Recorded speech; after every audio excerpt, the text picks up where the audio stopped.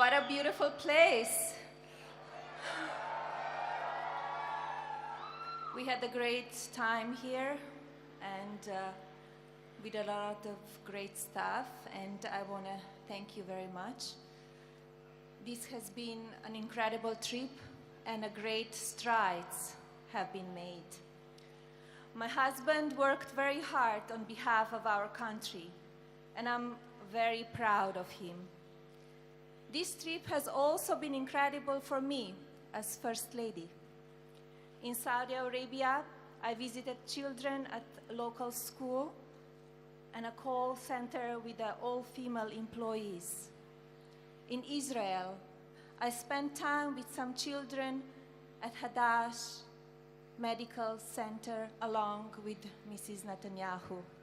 In Rome, I was honored and blessed to be granted an audience with His Holiness Pope Francis, followed by a very special visit to Bambino Gesù Children's Hospital. Just hours after leaving, a young boy I spent time with found out he had received a new heart donor. Receiving that news is a moment I will never forget, and I wish him a speedy recovery. In Brussels, I met with Queen Matilda and participated in a forum on preventing the online exploitation of children, then paid a visit to the patients at Queen Fabiola's Children's Hospital. This trip for me has been very special, and I will never forget the women and children I met. As one of the kids at the hospital that I visit said in a picture he drew for me, "We are all the same." I also want to take a moment to thank you all for the sacrifices you make on behalf of our country. It is because of your selfless commitment that we enjoy the freedoms we have today. And to the families who endure time apart or constant moves to the base, your sacrifices do not go unnoticed or unappreciated. Thank you, and God bless you.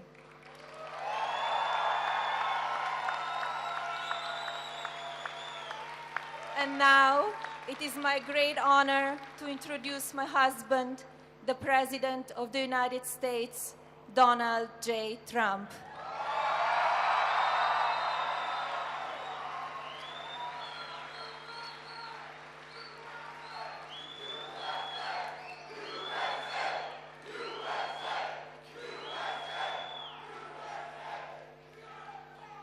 I've got to get the lipstick off, is it off? Thank you, honey. Thank you both. That's great. And I'm trying to figure out who's in that helicopter that's coming in. It may be Prime Minister Abiy. It may be Justin from Canada. Great people. We made a lot of good friends this week, I'll tell you. A lot of good friends. They're good people. America is very blessed with a lot of great diplomats, and I have to say this as she just walks over here. But I don't think the United States could possibly have a better emissary than our magnificent and wonderful person, our First Lady, Melania. Thank you. Thank you, honey. The countries of the world have a large number of disagreements, but they all agree with me on that one, that I can tell you. So everywhere we go, it's the same old story. So great job. And you know, we've been gone for now a long time. Everywhere I go. But we have been gone for close to 9 days.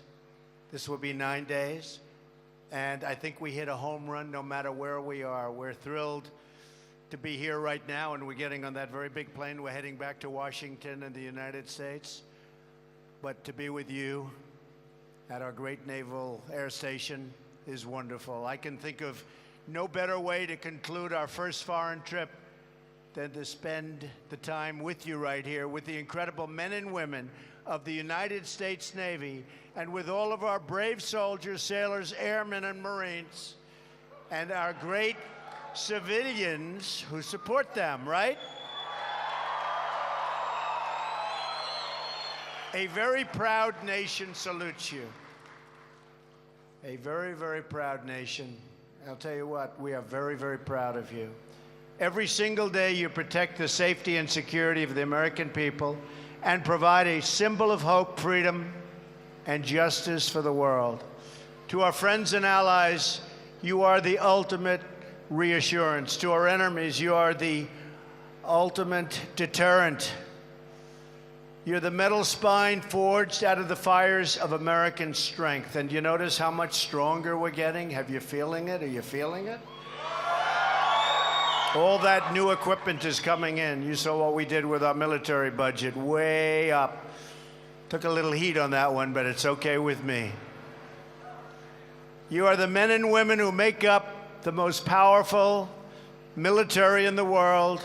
And under my administration, as you know, you've seen it, right? Under my administration, stronger and stronger every single day.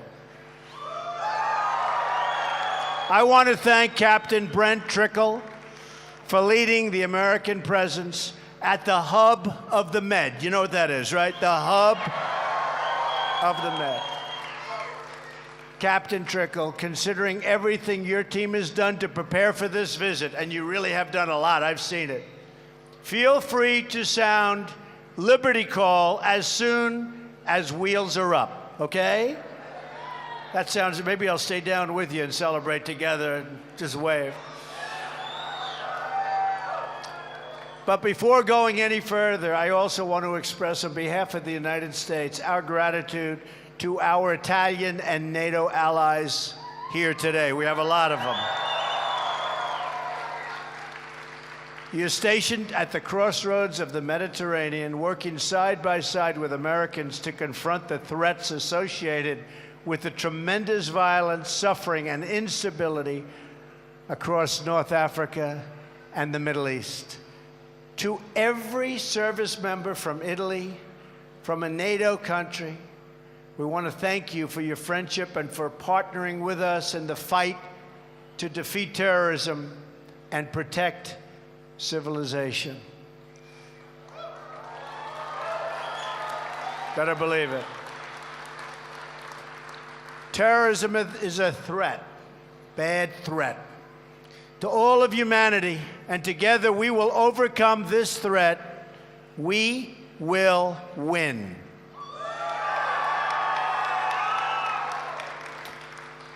But none of what we achieve would be possible without our wonderful military spouses and families. Each of you makes these great sacrifices for our country as well. Let's hear it for the military spouses, please.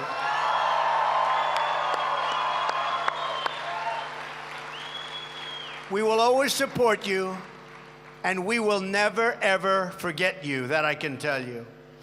There is one more very special group I have to thank, and that is our 8th grade students right here in Sigonella. Where are they? Oh, here they are. I've been hearing a lot about you. In January, the 8th grade class at Sigonella came all the way from Washington to march in my inaugural parade, right? Look at you. They're all so happy, young. You're going to have a great life, right? Great life. Thank you very much. And I have to say, are you all glad you did it? Thank you, honey. It's an image I will always remember, your smiling faces right out in front of the White House, carrying that great, big, beautiful American flag, right? Thank you, kids. You traveled all the way from Italy to support my inauguration. So today, I'm glad to be here, and I traveled a long way to support you, and it's my honor. Thank you very much. Military children also make great sacrifices for their country, and I want you all to know that America is so proud of you. As you know, I was here in Sicily to attend very important summit meetings, the meeting of the G7, It was a tremendously productive meeting where I strengthened America bonds. We have great bonds with other countries. And with some of our closest allies, we concluded a truly historic week for our country. Our travels took us to some of the holiest sites in the three Abrahamic religions and to gatherings of both America's oldest and newest friends. We traveled the world to strengthen long-standing alliances and to form a new partnership among nations devoted to the task of eradicating the terrorism that plagues our planet.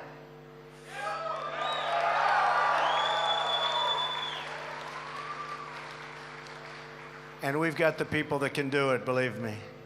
And I am now more hopeful than ever in the possibility that nations of many faiths and from many religions and from many regions all over, can join together in a common cause.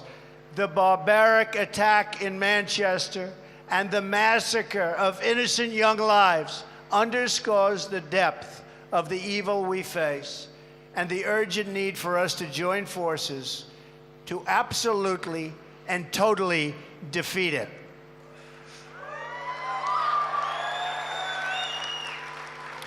I met with Prime Minister May and expressed the absolute solidarity of the American people.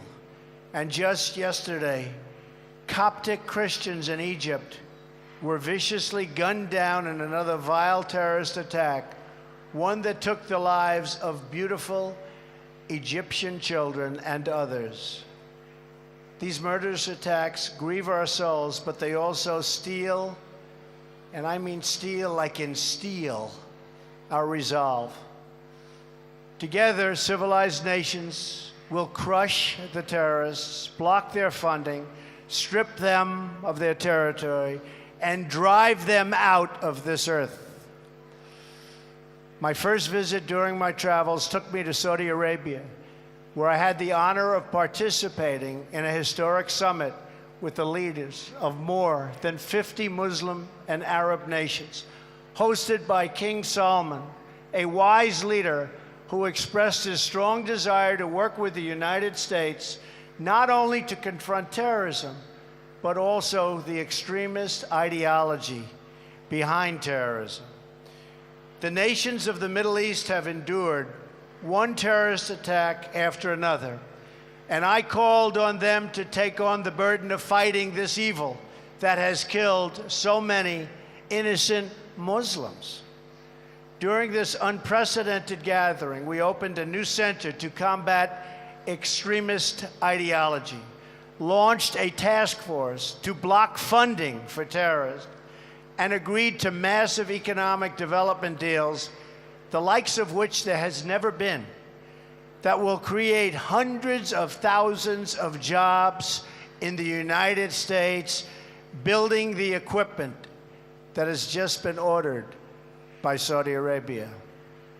We also further isolated the Iranian regime over its hostile and destabilizing actions and reaffirmed that Iran must never be allowed to obtain, under any circumstances, a nuclear weapon.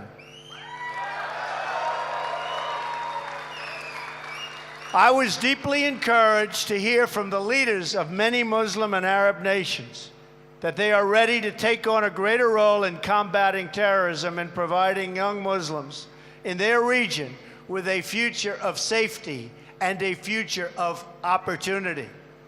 Next, I went to Jerusalem, where I reaffirmed our unbreakable bond with the State of Israel.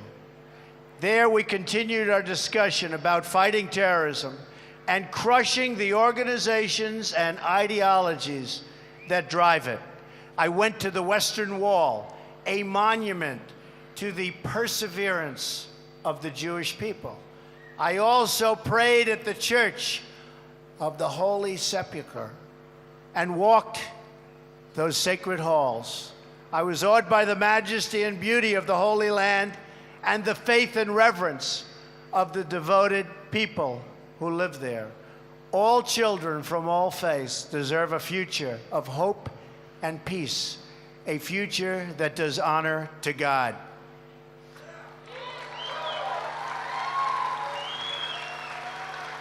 I visited Bethlehem, a city so precious to so many, and met with the Palestinian leader, President Abbas.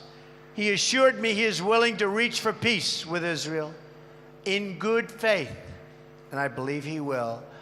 And Israeli Prime Minister Benjamin Netanyahu assured me that he too was ready to reach for peace. He's a friend of mine, and he means it. From Israel, we came to Italy.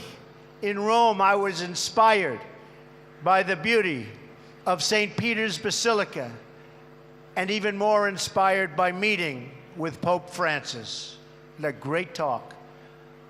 It was truly an honor to meet the Pope and to pray for peace on those hallowed grounds. Then I traveled to 2 summits with our key allies. First, at a NATO summit in Brussels, where we agreed to improve the burden sharing among members of our alliance and to further confront the shared threat of terrorism. Other member nations must pay more.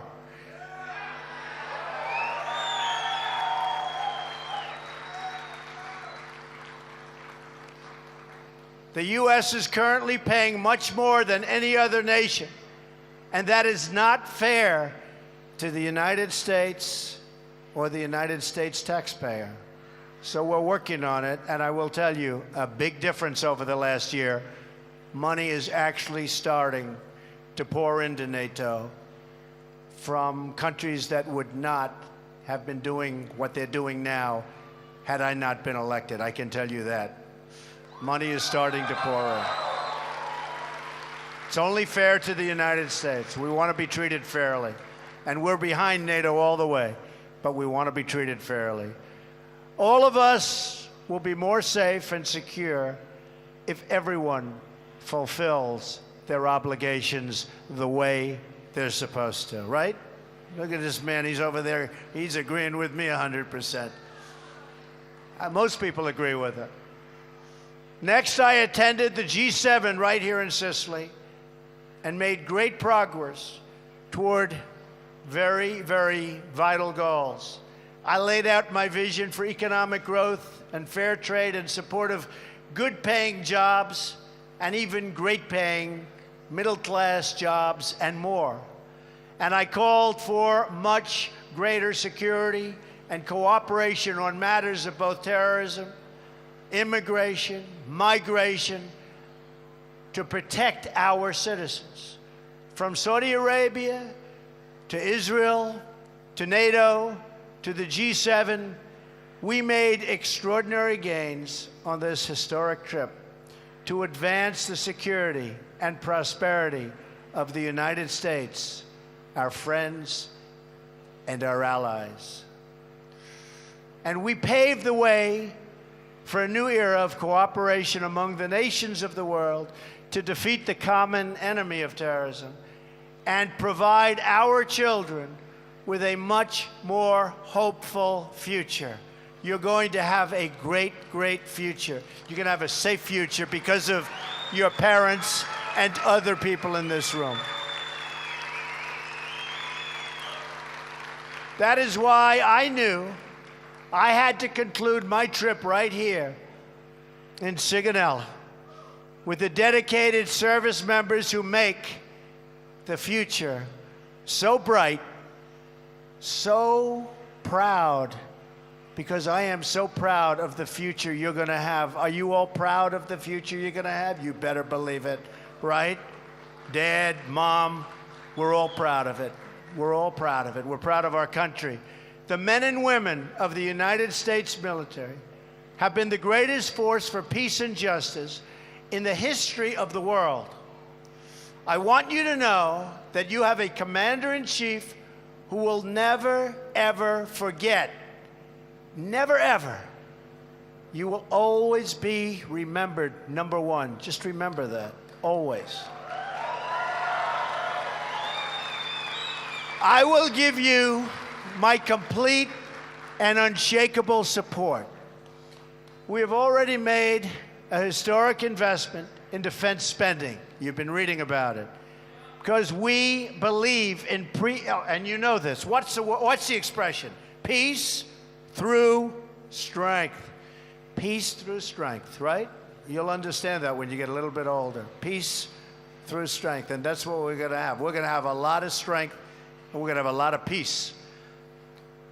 We will buy the planes, the ships, vehicles, and equipment you need to get your job done and to come home safe and sound back to your families.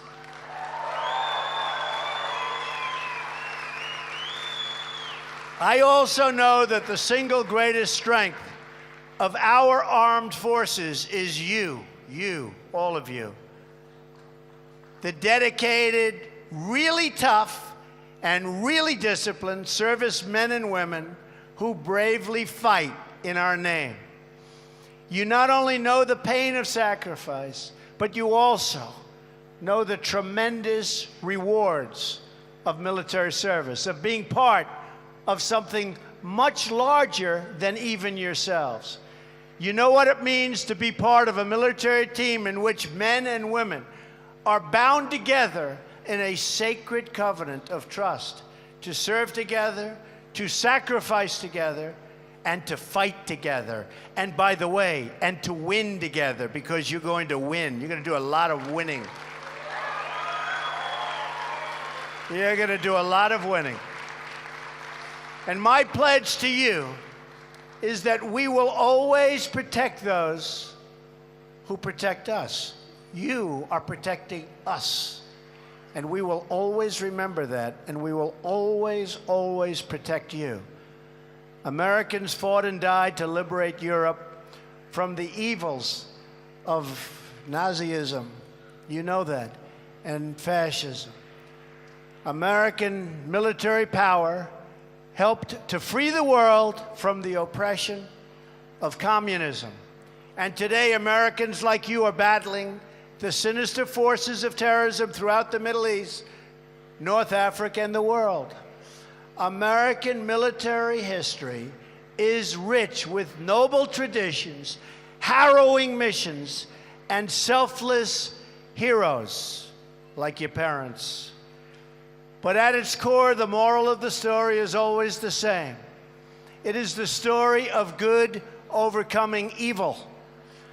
You have poured out your hearts, your souls, and even your blood for this nation, and we will pour out our gratitude to you in return. We will show our gratitude, especially this Monday on Memorial Day, when we pause to thank God for the heroes who have laid down their lives for our freedom. Right? Among those heroes was a young Navy sailor from Omaha. His name was John Joseph Parle. Parle enlisted in the Navy after the attack on Pearl Harbor, completed midshipman training at Notre Dame, and soon ended up not far from here in the waters of the Mediterranean. On the night of July 9th, 1943, Parle was among the tens of thousands of Allied forces preparing for a surprise landing the next morning on the shores of Sicily, right here, about 70 miles away to be exact. It was to be a major Allied offensive on European soil, and it was important. On a ship, cloaked in darkness, just 6 miles offshore, Parle and others noticed that a smokescreen device had caught fire in a small boat staged to support the landings. The boat was filled with explosives. He knew that if he didn't stop the fire, an explosion would light up the night sky, alert the enemy, all of his fellow comrades would be killed, and the invasion would be a failure. So Paul rushed to the source of smoke, hardly able to breathe, breathing the smoke in, and without a thought for his own safety, picked up the burning device with his bare hands, ran to the side of the boat, and hurled it into the sea as far as he could throw. In that decisive moment, Paul didn't hesitate. He acted. And in that act, he helped ensure the success, not only in the savings of his friends and those lives, but of the Allied landing itself, which turned out to be a very, very important victory. So the Allied forces went on to win the Sicily campaign. Critical in their ultimate victory was Paul. But before that final victory, the young, brave, beautiful sailor who helped make it possible died from the smoke that had damaged his lungs so badly.